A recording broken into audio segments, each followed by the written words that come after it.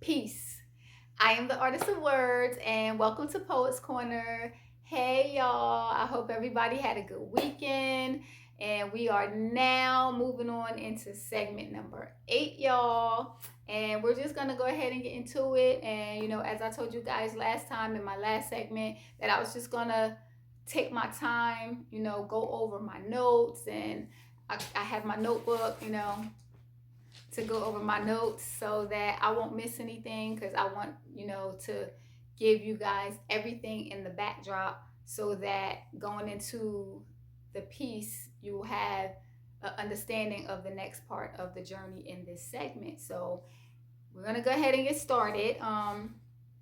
In my last segment, I shifted over to, or I should say, under the title Prayer and Self Love, and what that really means, and how I had to understand and grasp um, how to truly seek God, and how that meant I had to let go of some things in my life. And that didn't just only consist of letting go of things, but it was also letting go of people and places, seeking God and wanting what He wants for my life. That meant that I couldn't take certain things with me, and I couldn't take certain people with me, and I couldn't go to certain places. And to truly understand that, you really have to seek God first and trust His plan, trust His heart towards you, and really seek His face.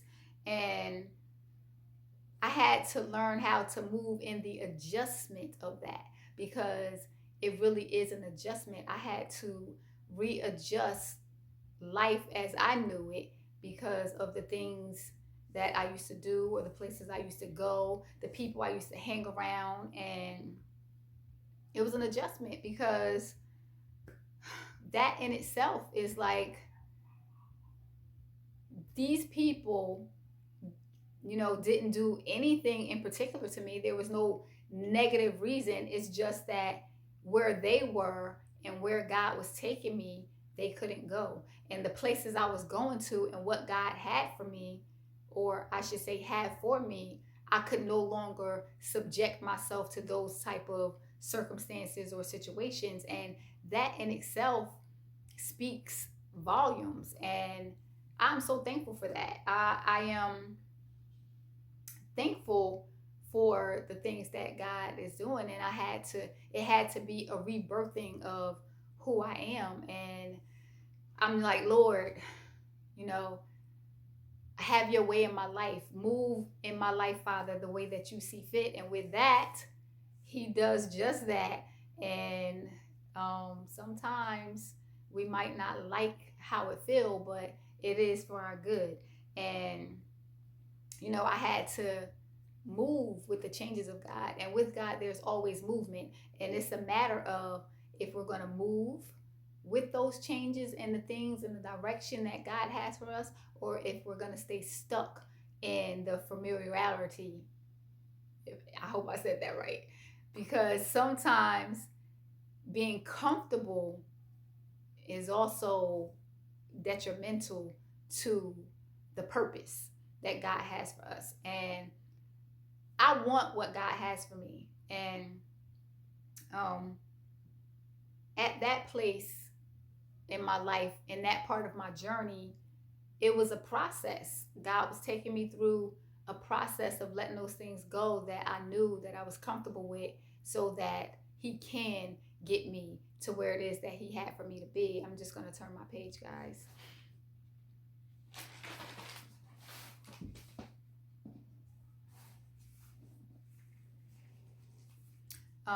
So I'd rather move in the changes and the things of God.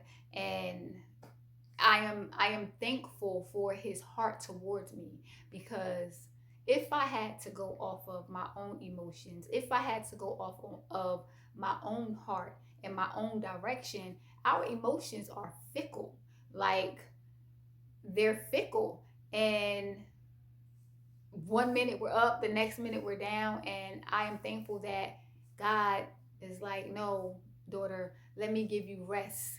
Let me give you peace. Let me give you my strength. And with this, in this journey, there's a lot of emotions that take place. I experienced overwhelming sadness because I didn't want to let go of the people, my loved ones, my friends, because I love them. Like, this is my family, these are my friends, and I didn't want to let go of that.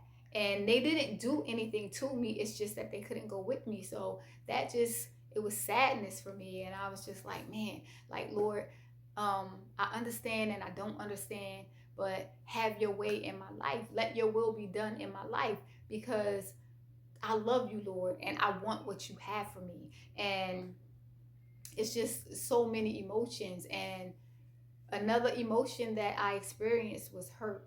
And it wasn't necessarily the hurt because I had to let go of things, but it was the hurt because I didn't seek God first for the things in my life, for my direction, for my peace, for my strength. I didn't seek Him first. So because I didn't seek Him first, I put myself in so many different situations that I didn't have to put myself in. They were unnecessary. And it is so important that we seek God first, because if we seek Him first and have a conversation with Him, and not just have a conversation, but in that conversation, listen to what He is saying. And in order to listen, we have to be still and we have to be quiet. And I was not that. So because I was not that, I put myself in a lot of hurtful situations.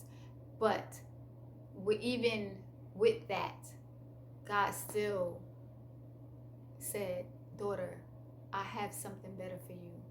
I have something more for you. What these things that you are doing, or the way that you are living, or the people that you are encountering and surrounding yourself with, I have something more. I have something better.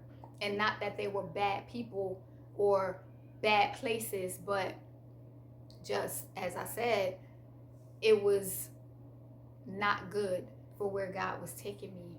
And God has a greater plan for me.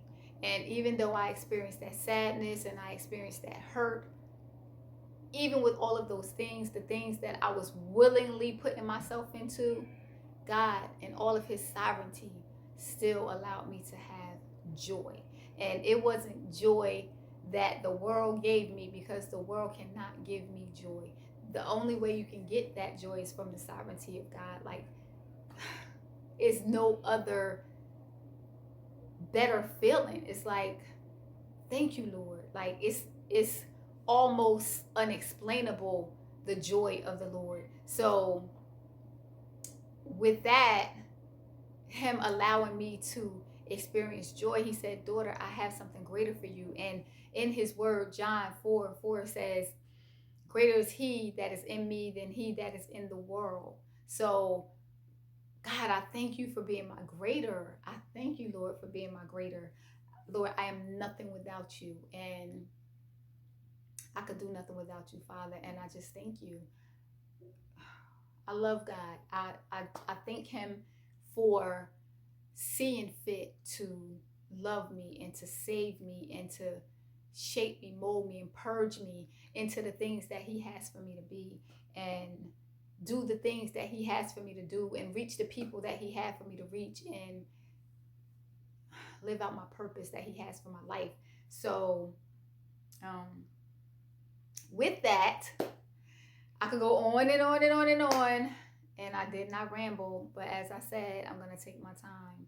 But with that, I'm going to go ahead and get into the piece. And before I do, I want to just give a little clarity on the piece. This particular piece, it comes across a little abrasive, and it's a gentleness in between the lines, though. So even though it's abrasive, if you can just look in between the lines, you'll feel the gentleness on why the abrasion had to even be in the piece in the first place, and allow the understanding of the process that had to take place with that abrasion and gentleness meshed together. So with that, I'm going to go ahead and get into the piece. This piece is entitled Free.